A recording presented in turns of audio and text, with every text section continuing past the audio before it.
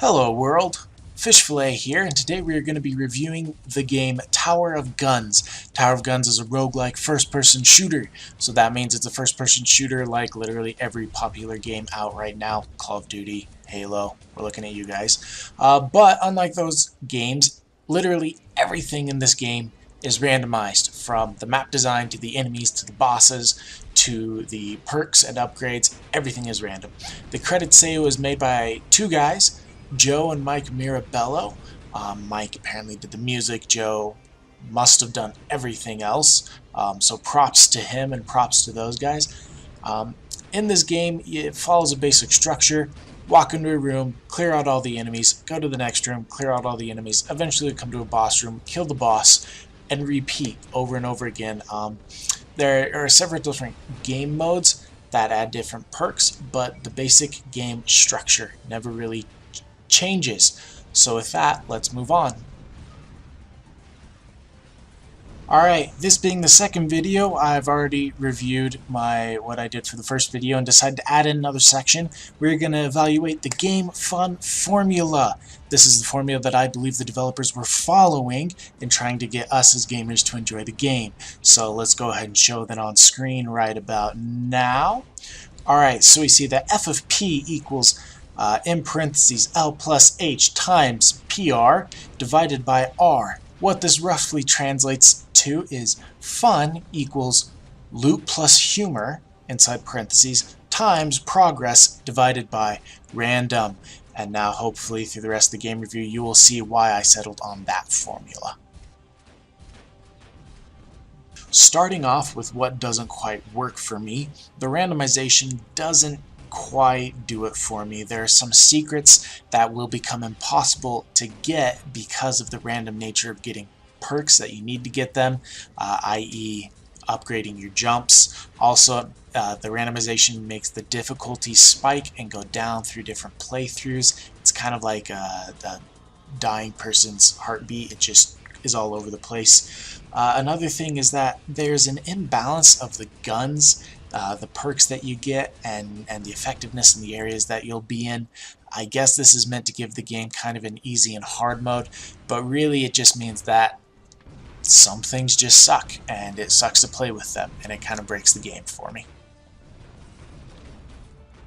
I'm glad we got that bad out of the way, because there is a lot of good in this game, and I am really excited to talk about it.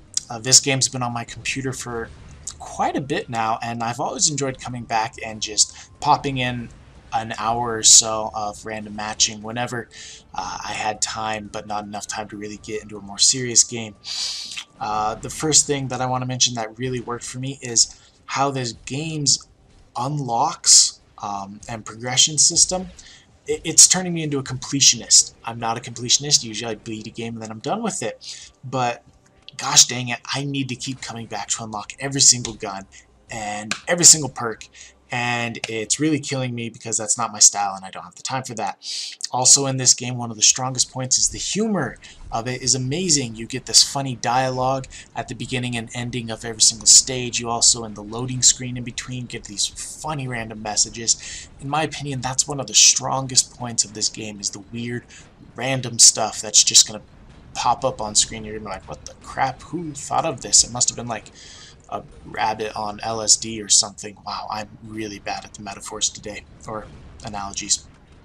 Anyways, the other thing that I really enjoy in it is the RPG upgrade system in each playthrough actually works. So you unlock guns and overall perks that you start a run through with, but then you can upgrade your gun's level through collecting blue experience.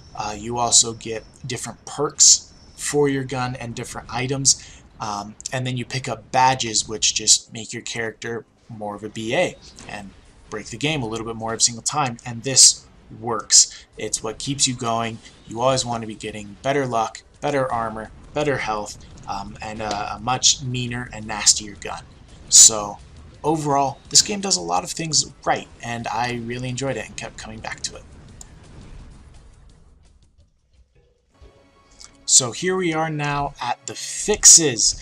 Developers, if you guys are watching this, keep in mind this is not a bad game that you've made. This is a very good game that I enjoyed immensely. These are just things that I think could really fine-tune it and help it out, and we live in the days of continuous software development. We never really ship and are done. You always have DLCs, patches, updates that you're pushing out, so this might be something you want to consider. Number one, I would like to see a bit more enemy types. Every single enemy in this game is some kind of turret. You get these weird bouncing cauldrons, and you kind of get flying turrets, but otherwise it's all kind of the same, and it gets kind of boring to keep shooting the same thing. I would love to see some like clanking robots, or just, I don't know, something really weird and mechanical shooting at me that's not a turret, so good luck with that. Another thing, this game could use a little bit of a graphical facelift. It kind of looks like it got stuck in that weird era before the first Halo, but after Doom 2. So it's good, but and the graphics actually hold up surprisingly well, but I would like to see them touched up a little bit, polished up a bit more.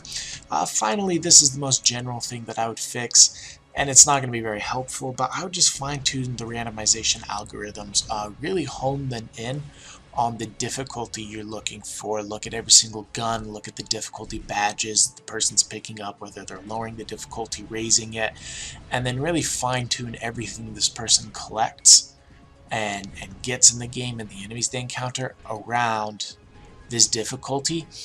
I'm sure that's what you're already doing, but sometimes it feels like there's a little bit disconnect between the random factor and the difficulty factor.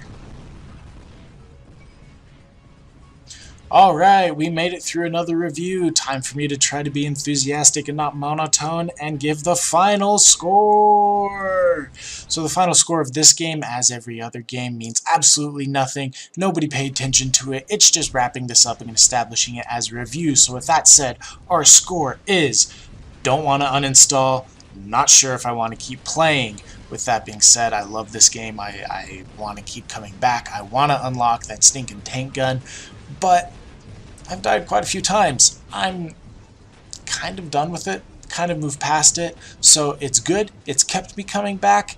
I'm not too certain if I want to keep playing it, but it has such an addictive nature that a part of me really still craves it, so good job. I guess the final score should be the tobacco of gaming. You've successfully addicted me. And with that, thanks for watching, guys. If you're still here, thanks for watching this video. You can check out my other videos. The one so far, it's really bad, like this one, but you can still check it out. Like or subscribe. I'm supposed to say that because I'm posting YouTube videos. And we'll see you all next time. Bye.